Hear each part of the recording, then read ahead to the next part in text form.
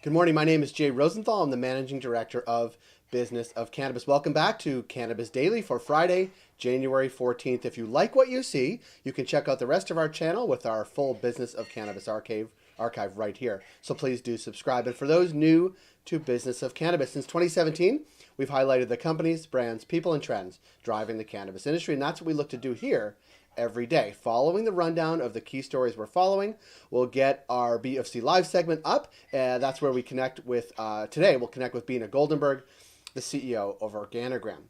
We'd love to hear from you in the comments, and always feel free to visit us at businessofcannabis.com, as well as through all social channels, including Twitter, LinkedIn, Facebook, and Instagram. But before we get going, we encourage you to check out two of our upcoming events. First, our retail series in January, which will be online. It's presented by Leafly and Vitrina Group. We'll be looking at inventory planning for 2022 for cannabis retailers, so check that out. And our Business of Cannabis Miami event, which is April 6th. We'll be talking about cannabis retail tech, design, and data. Also check out that in the description below. Now, for today's stories, Ease opens their first storefronts. A study is hoping to find a more accurate way to check if you're too high to drive. And the Canadian government is finally going to host a forum on diversity and equity in cannabis. And the Polish cannabis blockchain startup Trust raised €400,000. For our first story, one of the largest cannabis delivery companies in the game, Ease, has opened its first 2 dispensaries, that according to Forbes.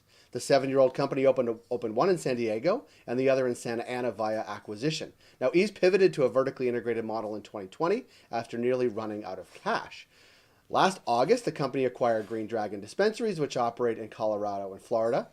And while delivery will remain the company backbone of the company, according to their CEO, they said they'll be looking to expand Ease and Green Dragon retailers into Massachusetts, New Jersey, and Oregon. For our second story, researchers at Massachusetts General Hospital have identified a new way to measure THC impairment with a brain imaging procedure. This according to the Harvard Gazette. We don't often quote the Harvard Gazette. From labor to driving, there isn't yet a reliable way to measure impairment, and while breathalyzer tests and blood alcohol tests some blood tests could detect THC in the bloodstream, they aren't able to show when the THC was ingested or if the individual is actually impaired. So, identification of acute impairment through THC intoxication through portable brain imaging could be a vital tool in the hands of police officers in the field, this according to one of the authors of the report.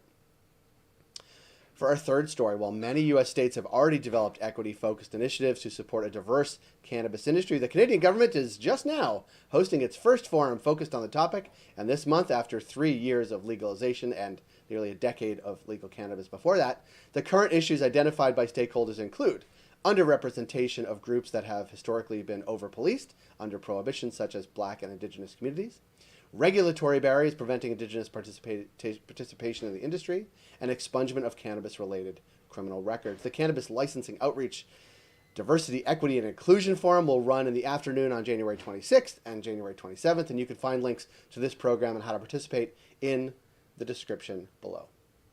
Finally, a Polish cannabis blockchain startup focused on seed-to-sale supply chain security has raised €400,000. The company was launched in November. The company will use the funds to finish the development on its proprietary Trust Trace platform and begin testing it in the UK, Ireland, Malta, Poland, Denmark, and Uganda starting this spring. Co-founder Mike Sikorsky said the tech will reduce costs and time. Quote, if adopted, it would decrease cost and make compliance checks easy, which in effect would stimulate market growth and further increase consumer safety. Now, those are the stories we are watching today. Join 10,000 others and catch all these stories in your inbox every day at 7 a.m. Eastern with our Cannabis Daily newsletter.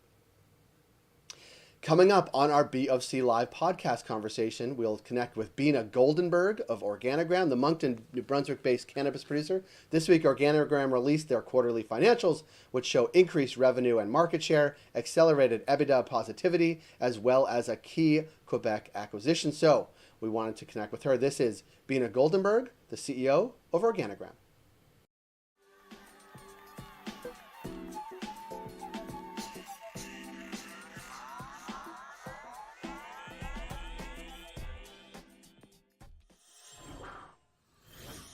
Thanks for being here, Beena. Thank you. It's nice joining you again.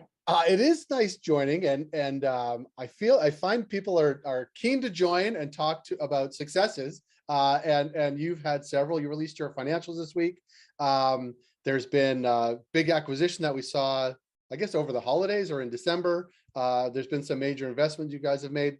Talk a little bit about sort of big picture where Organigram is right now, because it's gobbling up a lot of news time, but also a lot of market share.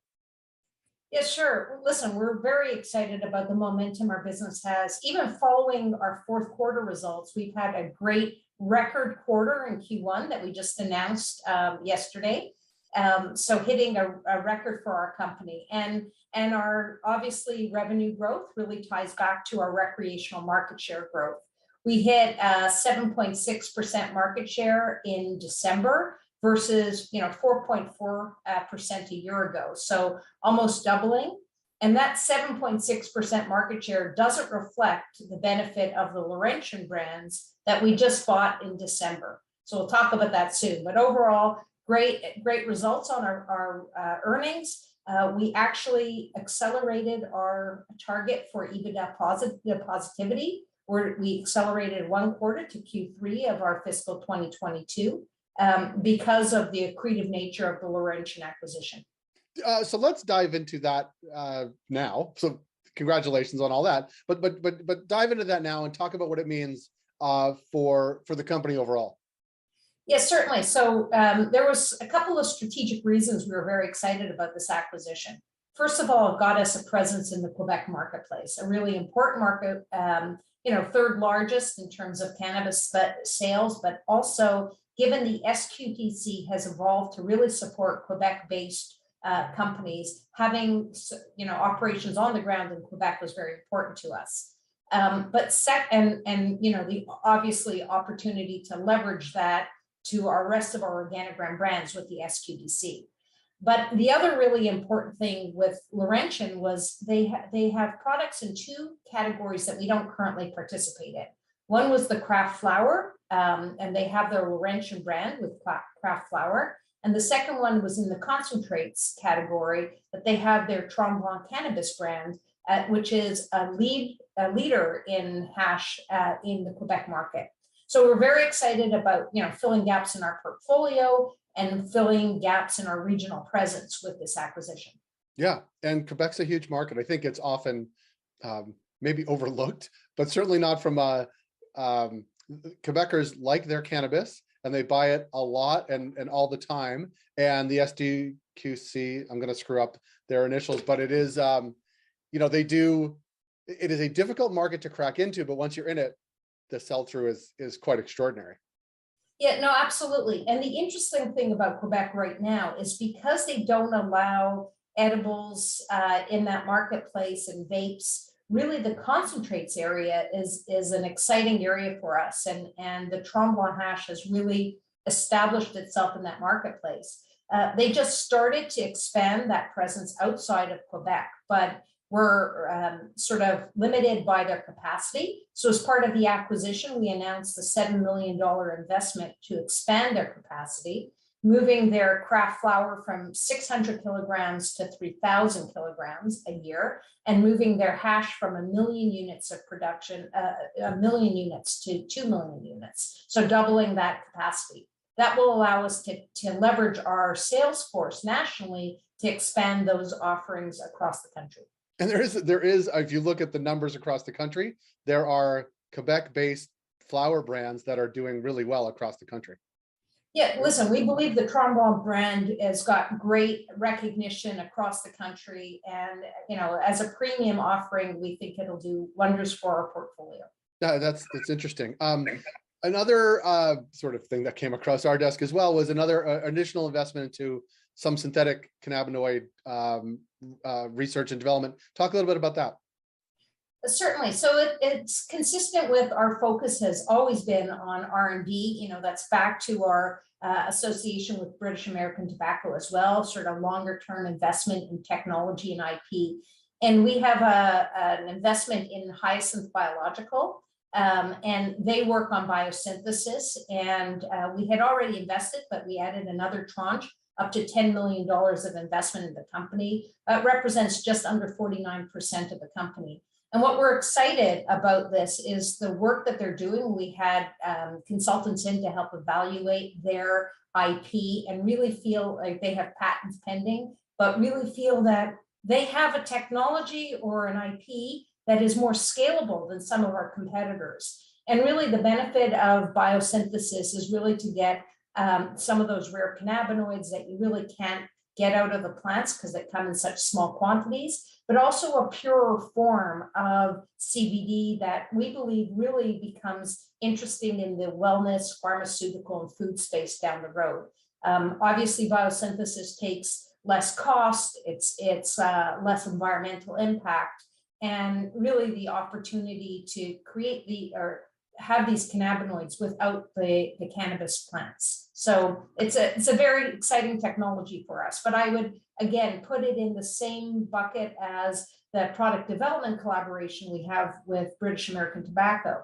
It's our continued focus on technology and IP for the future. So unlocking future potential. Today we have a lot of new products for today, but we continue to work on the future as well.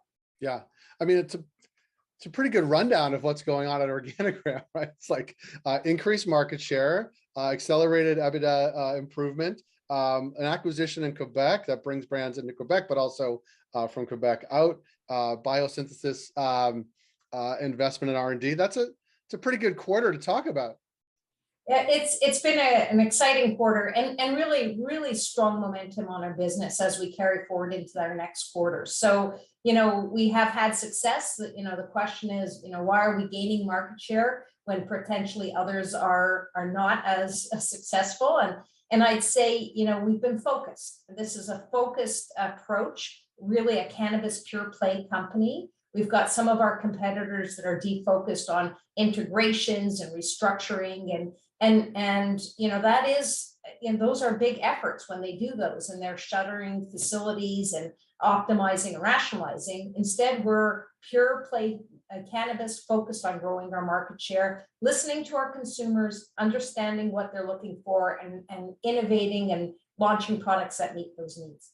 Yeah, and anybody who watches sort of top 10 lists of products across the country, well, what's over your, I guess would be your left shoulder and your right shoulder, right shred is shredding it. So kudos to you and the team. We always look forward to connecting with you, sort of get updates. So thank you for joining us here today. We look forward to connecting with you down the road and continued success. Thank you so much. You got it. That was episode 10 of Cannabis Daily. Thank you for joining us here today and all week. And please do subscribe to our YouTube channel. Have a great weekend, and we'll see you all on Monday.